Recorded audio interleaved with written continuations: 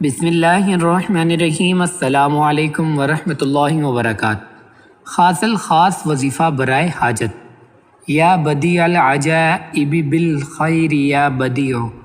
بعد از نماز عشاء وقت اور جگہ کی پابندی کے ساتھ اول 2 رکعت نماز حاجت اس طرح پڑھیں کہ پہلی رکعت میں سورہ فاتحہ کے بعد سورہ کافرون اور دوسری رکعت میں سورہ فاتحہ کے بعد 1 مرتبہ سورہ اخلاص پڑھیں۔ بعد سلام کے رخ قبلے کی طرف کر کے اول و آخر 11 بار درود شریف درود ابراہیمی پڑھیں۔ درمیان میں اس وظیفے کو 1200 مرتبہ پڑھیں۔ وظیفے کے درمیان جو مقصد ہو وہ خوب ذہن میں رکھیں۔ جب تک حاجت پوری نہ ہو وظیفے کو جاری رکھیں، انشاءاللہ ضرور کامیابی ہوگی۔ وظیفہ پڑھ کر اللہ کے حضور عاجزی کے ساتھ اپنی حاجت کی دعا کریں۔ پڑھنا آپ نے کیا ہے؟